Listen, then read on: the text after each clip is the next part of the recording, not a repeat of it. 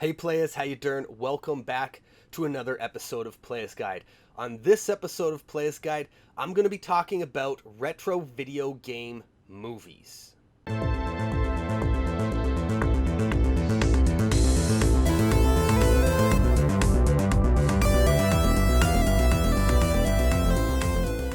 I realize many of you will probably be familiar with some of these movies, but maybe there's a few here that you haven't heard of or haven't watched, and you'll go check out.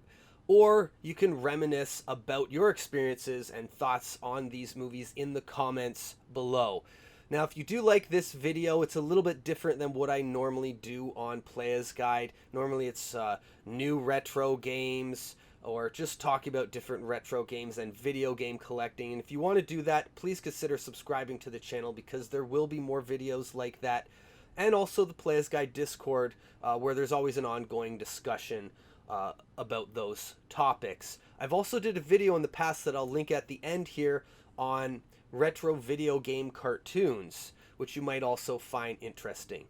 So, to start things off for this video, I'm going to talk about a movie called War Games. War Games came out in 1983 and starred Matthew Broderick and Ali Sheedy.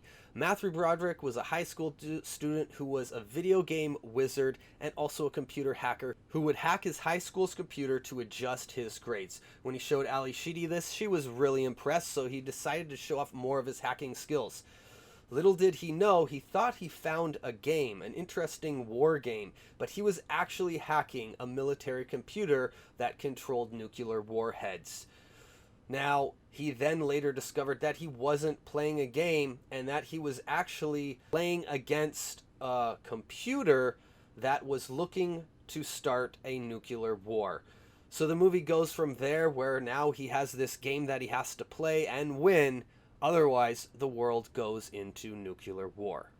Joysticks. This movie reminds me of like a National Lampoon's movie, something along the lines of Animal House. It's just this goofy movie about an arcade and a bunch of different punks and burnouts and just goofy characters that hang out in this arcade. And there's this one really prissy girl, and her dad doesn't like her hanging out at the arcade. He despises the arcade, so he wants to find a way to sabotage the arcade.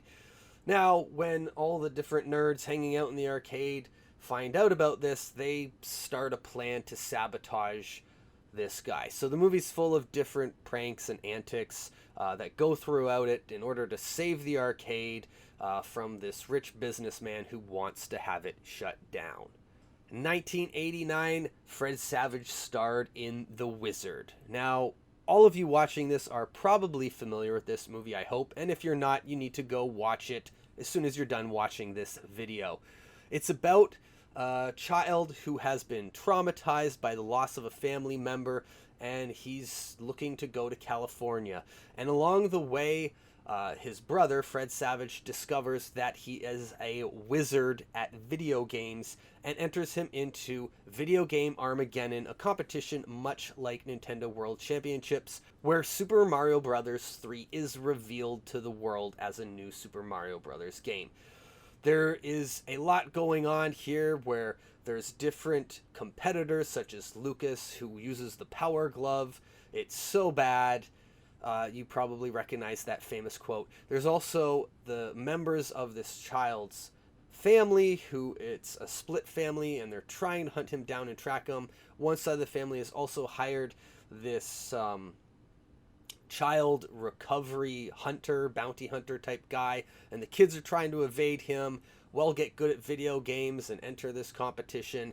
In 1993, we got the first live action movie based on a video game, and that was the Super Mario Brothers movie. The movie starred Dennis Hopper as King Koopa or Bowser and Bob Hopkins as Super Mario. Super Mario Brothers and Daisy find a portal in an excavation site on a construction site, and they make it through this portal into this world where people are dinosaurs. They've either de-evolved or evolved to this human form of dinosaurs, and this is where the movie makes reference to a lot of different characters from the game, but you wouldn't recognize them. You might recognize maybe like the Bomb, but otherwise you wouldn't recognize any of these characters because they all look completely different. And then when I was a kid, I hated this. I did not like this movie because of that, but as an adult, I don't look at this movie so much as a Super Mario Brothers movie. I kind of look at it as its own science fiction movie, and because of that reason, I actually really enjoy this movie a lot. It wasn't marketed as a Super Mario Brothers movie. I think it would be a more popular movie. It is still a cult classic, and I think it would have been regardless.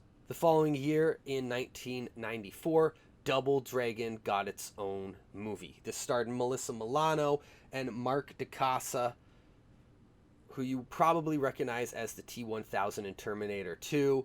Now, this movie wasn't so low budget either, but it was kind of campy and corny. A lot of special effects, they're weird. They don't hold up too bad for their time.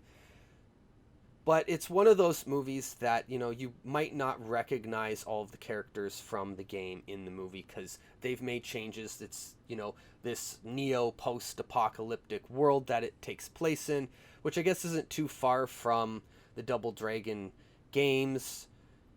They could be in that atmosphere. I guess somebody might perceive them as that. And the story's not too far off, but, it's not that great of a movie, but I can kind of appreciate it just because of this atmosphere that they've created about the game that it's based on. I thought it was all right and worth watching at least once. It's maybe not a movie that you're going to go back to, but if you haven't seen it, please consider checking it out. Now, one that I would not recommend checking out, but you might want to, just because if you're a Street Fighter fan, it might be interesting for you to see what they did with this movie, but hard to watch and maybe make it through the entire thing. This movie is notoriously known as a bad movie, and I gotta admit, those people who say it are not wrong. It's the worst video game movie that I've ever seen. It stars Jean-Claude Van Damme and as Guile, and Raoul Julian as M. Bison. And it's not their best acting. If you're a fan of Jean-Claude Van Damme, or you know someone who is, they're not ever going to recommend Street Fighter as a Jean-Claude Van Damme movie that you need to watch. It's one that can be passed over if you're not a fan of the Street Fighter series. I'm a fan of the Street Fighter series, so I felt the need to watch this movie.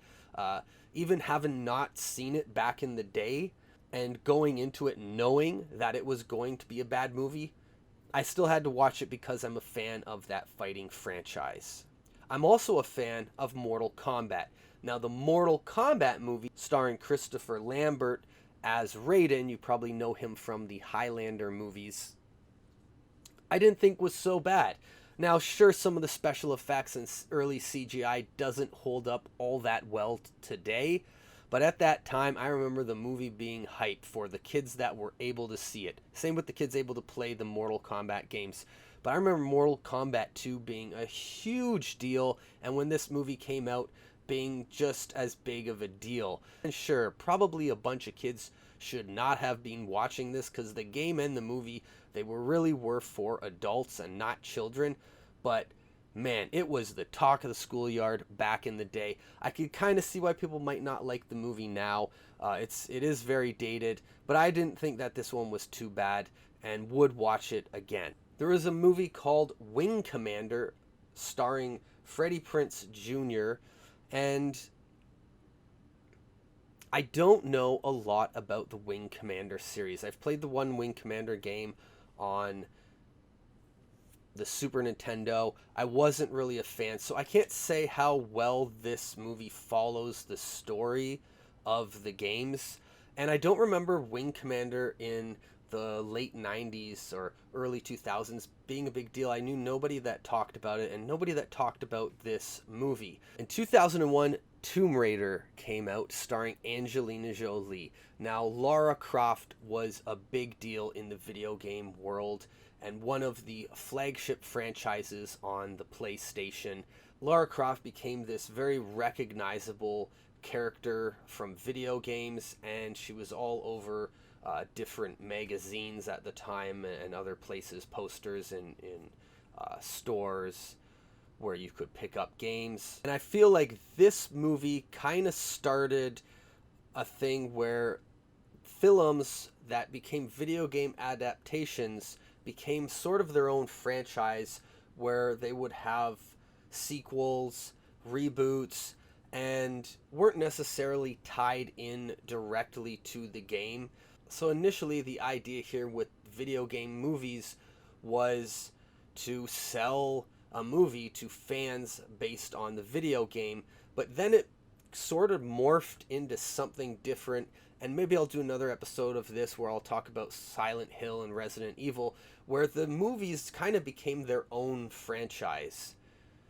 For its time, Tomb Raider was a pretty good movie, sort of satisfying that itch that Indiana Jones did in the 80s and wasn't able to in 2000s, because there wasn't really a lot of other movies like that. So it was able to capture a new audience that maybe didn't know about the video games. That's it for this episode of Playas Guide. I hope you enjoyed the convo and are familiar with some of these movies, and maybe there's a few you're going to go rewatch now or check out that you never had the chance to watch before or didn't know about. If that's the case, please consider subscribing to the channel, following Playas Guide on Twitch for daily retro gaming streams, and on Instagram and Twitter for more retro gaming content and video game collecting. That's it. I'll catch you on the flip side.